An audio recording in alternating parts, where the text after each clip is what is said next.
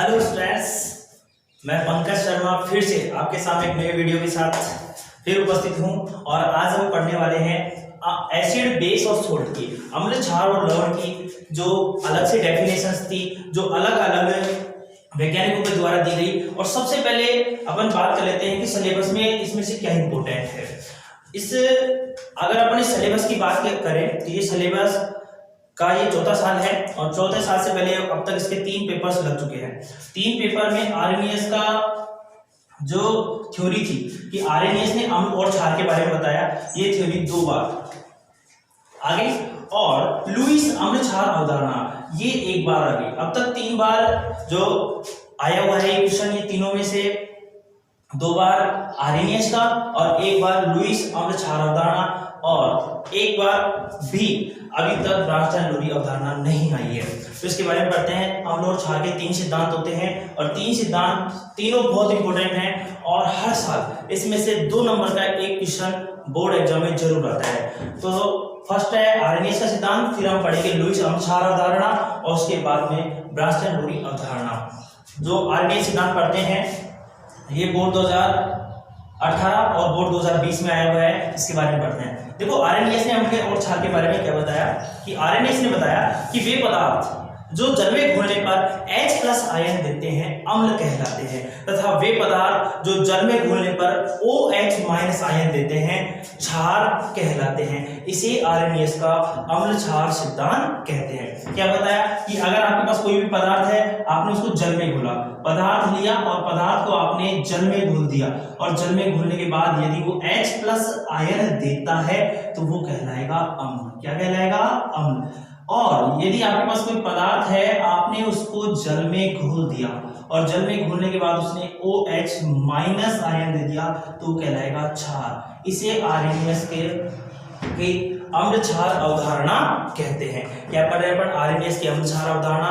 RNS की अम्ल क्षार अवधारणा के अनुसार वे पदार्थ जो जल में घुलने पर H+ आयन देते हैं अम्ल कहलाते हैं, तथा वे पदार्थ जो जल में घुलने पर OH- आयन देते हैं क्षार कहलाते हैं। एग्जांपल नंबर फर्स्ट देखते हैं। अपन ने HCl लिया, इसको जल में घोला और इसने H+ आयन दे दिया तो ये क्या कहलाएगा? अम्ल। अपन ने NH3 लिया, HNO3 लेकर इसको जल में घोल दिया, इसने क्या दिया? H+ आयन, तो ये क्या कहलाएगा? अम्ल। फिर बात करते हैं NaOH। अपन ने NO लिया और NaOH को जल में घोल दिया और इसने OH- आयन दे दिया तो ये क्या कहलाएगा? क्षार। अपन ने KOH लिया, KH को जल में घोला, इसने OH- आयन दिया तो ये क्या कहलाएगा? क्षार। तो आरएनएस के अनुसार वे पदार्थ जो जल में घुलने पर H+ आयन देते हैं अम्ल कहलाते हैं और वे पदार्थ जो जल में घुलने पर OH- आयन देते हैं क्षार कहलाते हैं। इसे आरएनएस का अम्ल क्षार सिद्धांत कहते हैं। एक बार फिर से देखेंगे।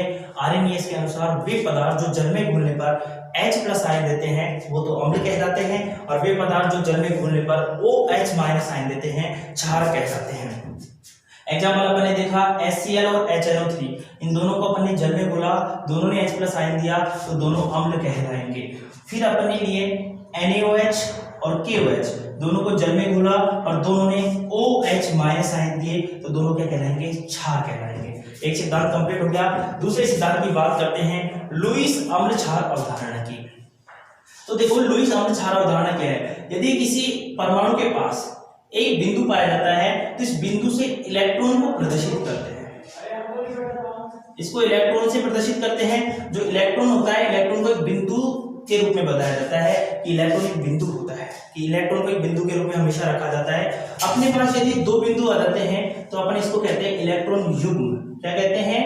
इलेक्ट्रॉन युग्म। एक बिंदु होता है तो इलेक्ट्रॉन, 2 बिंदु होते हैं तो इलेक्ट्रॉन युग्म।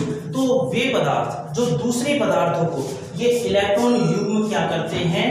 देते हैं। जो इलेक्ट्रॉन युग्म अपना दूसरे पदार्थों को देगा वो तो कहलाएगा क्षार, और जो इलेक्ट्रॉन युग्म दूसरे पदार्थों से लेते हैं वो कहलाते हैं अम्ल। लेकिन लुईस ने एक शर्त रखी थी कि मैं अम्ल और क्षार की डेफिनेशन तो दूंगा, अम्ल और क्षार के बारे में बताऊंगा और ये डेफिनेशन एकदम करेक्ट होगी, बट इसमें थोड़ा मेरे लिए भी कुछ करना पड़ेगा। और उसने बोला था कि अम्ल के आगे तो आप लुईस लगाओगे और क्षार के आगे पे आप लुईस लगाओगे, तो मैं इस डेफिनेशन को मानूंगा। तो देखो एक बार वापस पढ़ते हैं कि वे पदार्थ जो दूसरे पदार्थों को इलेक्ट्रॉन युग्म देते हैं। जैसे अब यहाँ पे इस एग्जांपल पे अपन देखते हैं कि BF3 के पास कोई इलेक्ट्रॉन युग्म नहीं है, NH3 के पास इलेक्ट्रॉन युग्म है, और यहाँ पे NH3 ने अपना इलेक्ट्रॉन युग्म BF3 को दे दिया। कई बच्चे सोच रहे होंगे कि यहाँ पे NH3 है और यहाँ पे H3N, तो उल्टा लिखने से कोई फर्क नहीं पड़ता, क्योंकि जो इलेक्ट्रॉन युग्म है वो N दे रहा है, इसलिए इसे इस साइड में रख दिया, इससे कोई फर्क नहीं पड़ता। एक बार फिर से देखेंगे, BF3 के पास कोई इलेक्ट्रॉन युग्म नहीं है, NH3 के पास इलेक्ट्रॉन युग्म है, तो देखो NH3 ने अपना इलेक्ट्रॉन युग्म BF3 को दे दिया। तो मैंने क्या बताया था, वे पदार्थ जो दूसरे पदार्थों को इलेक्ट्रॉन युग्म देते हैं लुईस क्षार कहलाते हैं, और वे पदार्थ जो दूसरे पदार्थों से इलेक्ट्रॉन युग्म लेते हैं, किसने लिया, BF3 ने, तो BF3 क्या कहलाएगा, बोलो, लुईस अम्ल। क्या कहलाएगा, लुईस अम्ल। एक बार फिर से पढ़ेंगे, लुईस के अनुसार वे पदार्थ जो दूसरे पदार्थों को इलेक्ट्रॉन युग्म देते हैं वो तो लुईस क्षार कहलाते हैं, और वे पदार्थ जो दूसरे पदार्थों से इलेक्ट्रॉन युग्म लेते हैं वे लुईस अम्ल कहलाते हैं। इसे लुईस की अम्ल क्षार अवधारणा कहते हैं। आप एक बार फिर से इलेक्ट्रॉन के बारे में पढ़ ले, एक बिंदु से एक इलेक्ट्रॉन को दर्शाया जाता है, और यदि आपके पास दो बिंदु हैं तो वो इलेक्ट्रॉन युग्म होता है। क्या होता है, इलेक्ट्रॉन युग्म। तो जो इलेक्ट्रॉन युग्म देंगे वो तो क्षार, जो लेंगे वो अम्ल। यहाँ पे BF3 ने लिया तो लुईस अम्ल, और NH3 ने दिया तो लुईस क्षार। डेफिनेशन क्या हो जाएगी, लुईस के अनुसार वे पदार्थ जो दूसरे पदार्थों को इलेक्ट्रॉन युग्म देते हैं वो तो क्या कहलाते हैं, क्षार, और जो लेते हैं वो क्या कहलाते हैं, अम्ल। दो डेफिनेशंस क्लियर हो गई। ये बोर्ड 2019 में आई थी डेफिनेशन, लुईस और क्षार की जो डेफिनेशन थी। एग्जाम्पल आपको ये पता रखना है। उसके बाद पढ़ते हैं ब्रांस्टन-लोरी अवधारणा। ब्रांस्टन-लोरी ने भी एक अवधारणा दी, और एक अवधारणा में बताया कि अम्ल क्या होते हैं और क्षार क्या होते हैं। बाकी ये जो डेफिनेशन है या ये थ्योरी है, ये थ्योरी अभी तक बोर्ड में नहीं आई, तो आगे के लिए बहुत इंपॉर्टेंट हो सकती है, तो इसके बारे में पढ़ते हैं।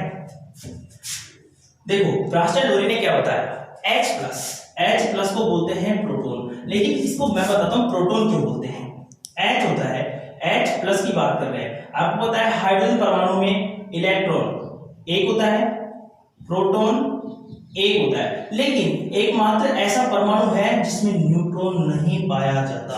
कि आधुनिक आवर्त सारणी में एकमात्र ऐसा परमाणु है हाइड्रोजन जिसके अंदर न्यूट्रॉन नहीं पाया जाता। तो अपन बात करते हैं प्लस किस पे आता है, प्लस का साइन उस पर लगता है, उस एटम पर लगता है, उस परमाणु पर लगता है जो परमाणु अपना एक इलेक्ट्रॉन त्याग कर देता है, उस पर एक प्लस का चिन्ह आ जाता है। तो अगर ये अपना इलेक्ट्रॉन भी यहाँ से बाहर निकाल देगा तो उसके पास केवल क्या बचा, प्रोटॉन, और प्रोटॉन में क्या पाया जाता है, प्लस, इसलिए इस पे क्या लग गया, बोलो H+। या फिर ऐसे भी बता सकते हैं कि किसी भी परमाणु में हमेशा प्रोटॉन और इलेक्ट्रॉन की संख्या बराबर होती है, लेकिन हाइड्रोजन आयन एक इलेक्ट्रॉन अपना त्याग देगा तो उसमें किसकी प्लस की मात्रा बढ़ जाएगी, इसलिए इस पे कौन सा चिन्ह लग जाएगा, प्लस का। तो प्लस को H+ को अपन डायरेक्ट प्रोटॉन भी बोल सकते हैं। तो H+ को अपन क्या बोल सकते हैं, प्रोटॉन। आप देखो इसमें ब्रांस्टन-लोरी ने क्या बताया, वे पदार्थ जो दूसरे पदार्थों को H+ बोले तो प्रोटॉन देते हैं उन्हें तो क्या कहा, अम्ल, और वे पदार्थ जो दूसरे पदार्थों से H+ बोले तो प्रोटॉन लेते हैं उन्हें क्या कहा, क्षार। क्या पढ़ रहे हैं, बोलो, ब्रांस्टन-लोरी अवधारणा। ब्रांस्टन-लोरी के अनुसार वे पदार्थ जो दूसरे पदार्थों से क्या लेते हैं, प्रोटॉन, वो तो क्या हो गए, क्षार, और जो देते हैं वो क्या हो गए, अम्ल। वापस पढ़ते हैं, अपन पढ़ रहे हैं ब्रांस्टन-लोरी अवधारणा। ब्रांस्टन-लोरी के अनुसार वे पदार्थ जो दूसरे पदार्थों को H+ को क्या कहा अपने, प्रोटॉन, प्रोटॉन क्या करते हैं, देते हैं उन्हें तो क्या कहते हैं, अम्ल, और जो लेते हैं उन्हें क्या कहते हैं, क्षार। देखो इससे ये फॉर्मूला आपने तैयार किया है, और इस फॉर्मूले को एक बार अपन देखते हैं कि फॉर्मूले में क्या सिस्टम होता है। फॉर्मूले के बारे में अपन देख सकते हैं इसके अंदर। देखो AH+B, AH+B, और AH+B से अपन बता सकते हैं कि AH+B, इधर देखिए एक बार वापिस कि AH+B convert in BH++ A-। देखो AH ए के पास क्या है H प्लस, बोले तो प्रोटॉन है, बी के पास यहाँ पे कोई प्रोटॉन नहीं है। लेकिन यहाँ देख लो तो ए ने अपना H प्लस को उसको दिया बी को, और बी के पास क्या हो गया BH प्लस, और यहाँ पे देखो ए क्या हो गया माइनस में हो गया। तो अपन ये कह सकते हैं कि ए ने अपना H प्लस इसको दे दिया बी को, तो ए तो क्या हो गया अम्ल, और बी ने अपना H प्लस इसके पास था नहीं तो इसने ले लिया तो क्या हो गया क्षार। वापिस एक बार समझेंगे कि ब्रांसन लोहरी के अनुसार वे पदार्थ जो दूसरे पदार्थों को H प्लस आयन देते हैं उन्हें तो क्या कहते हैं अम्ल, और जो लेते हैं उन्हें क्या कहते हैं क्षार। ए के पास H है, बी के पास नहीं है, लेकिन अपन इधर जाते हैं तो बी के पास H प्लस हो गया और ए के पास नहीं है, तो अपन ये कह सकते हैं कि ए ने अपना H प्लस इसको दे दिया बी को, तो ये तो क्या हो गया अम्ल और ये क्या हो गया क्षार। अब इसके लिए एग्जांपल देते हैं फॉर्मूले के बाद, H2O plus HCl convert in H3O plus plus Cl minus. यहाँ पे इस ऑक्सीजन के पास कितने हाइड्रोजन है 2, और यहाँ पे क्लोरीन के पास कितना हाइड्रोजन है 1। लेकिन आगे चलते हैं तो ऑक्सीजन के पास एक हाइड्रोजन बढ़ गया और कितने हो गए 3, और यहाँ पे क्लोरीन के पास कितना हो गया 0। तो अपन कह सकते हैं कि HCl ने अपना एक हाइड्रोजन H2O को दे दिया, तो ये तो क्या हो गया बोलो अम्ल, और ये क्या हो गया क्षार। फिर इसके बाद नेक्स्ट चीज देखते हैं अपन NH3 plus H2। इस NH3 के पास कितने हाइड्रोजन है 3, लेकिन यहां जाते हैं तो इसके पास कितने हो गए 4। यहाँ पे H2O के पास कितने हाइड्रोजन थे 2, और यहाँ जाते हैं तो कितना बच गया 1। आप देखो इसने यहां से 3 से कितना हो गया 4, और यहाँ से 2 से 1, इसका मतलब इस H2 ने अपना एक हाइड्रोजन आयन किसको दे दिया NH3 को, तो ये तो क्या हो गया अम्ल हो गया। और इसके पास यहाँ पे 3 थे, यहाँ कितने हो गए 4, तो ये क्या हो गया क्षार। तो अभी क्लियर हो गया होगा बिल्कुल। अपन पढ़ रहे हैं ब्रांस्टन-लोरी अवधारणा। ब्रांस्टन-लोरी के अनुसार वे पदार्थ जो दूसरे पदार्थों को H प्लस बोले तो प्रोटॉन देते हैं उन्हें तो अम्ल कहते हैं, और वे पदार्थ जो H प्लस देते हैं उन्हें क्षार कहते हैं। एक एग्जांपल देखते हैं AH plus B converting BH plus plus A minus. देखो इसके पास हाइड्रोजन आयन है, इसके पास नहीं है, इसने इसको दे दिया तो ये हो गया अम्ल और ये क्या हो गया क्षार। ऐसा ही एग्जांपल नंबर फर्स्ट में अपन ने देखा कि H2O प्लस HCl ने अपना एक हाइड्रोजन आयन H2O को दिया, ये हो गया H3O प्लस, तो इसने लिया और इसने दिया तो ये तो हो गया अम्ल और ये क्या हो गया क्षार। ऐसा ही एग्जांपल नीचे दिखाया गया है। ठीक है, नेक्स्ट पढ़ते हैं।